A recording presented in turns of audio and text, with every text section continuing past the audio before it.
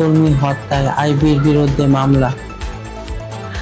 বৈষম্য বিরোধী ছাত্র আন্দোলনে গার্মেন্টস কর্মী মনিরুল ইসলাম গুলিবিদ্ধ হয়ে মারা যাওয়ার ঘটনায় সাবেক মন্ত্রী ওবায়দুল কাদের, সাবেক এমপি শামীম ওসমান, সিটি কর্পোরেশনের সাবেক মেয়র ডাক্তার সেলিনা হায়াৎ আইবির বিরুদ্ধে নারায়ণগঞ্জে মামলা হয়েছে।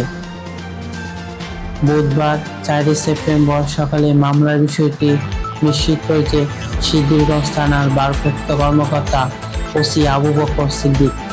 এর আগে মঙ্গলবার রাতে নিহতের ভাই নাজমুল হক বাদী হয়ে মামলাটি দায়ের করেন। মামলায় 130 জনের নাম উল্লেখ ও অজ্ঞাত আরও 300 জনকে আসামি করা হয়েছে।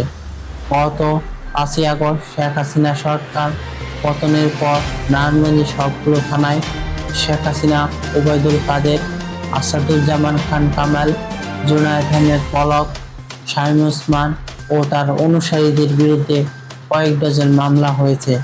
তবে কোনোটিতে ছিল না সেলিনা হায়াৎ আইবির নাম। এটি তার বিরুদ্ধে প্রথম মামলা। অন্যতম আসামি হলেন নজরুল ইসলাম বাবু, গোলাম দস্তগীর গাজী, কাইসার হাসানাত, আজমির ওসমান, অয়ন ওসমান, মহানগর আওয়ামী লীগের সভাপতি আনোয়ার হোসেন, কাউন্সিলর মতি। নারায়ণগঞ্জবাসী আশা করছে আইবিকে দ্রুত গ্রেফতার করে